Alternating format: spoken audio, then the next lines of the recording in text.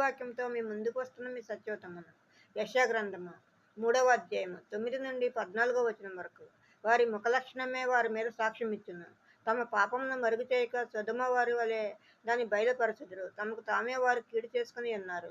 వారికి శ్రమ, నీకు మేలు కలుగునని నీతిమంతులతో చెప్పుము. వారు తమ క్రియల ఫలము అనుభవింతురు. దుష్టులకు శ్రమ, వారి క్రియల ఫలము వారికి కలుగును.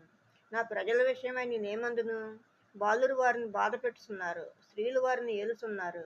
నా ప్రజలారా, మీ నాయకులు త్రోవను తప్పించువారు.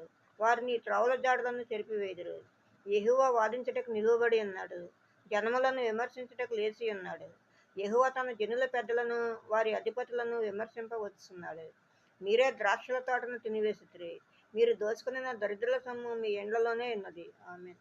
మరో దేవుని వాక్యంతో రేపు ముందు ఉంటాను. అందరికీ శుభరాత్రి. మన ప్రభువును ప్రియరక్షకుడైన యేసుక్రీస్తు కృప, కాపుదల, రక్షణ, ఆశీర్వాదము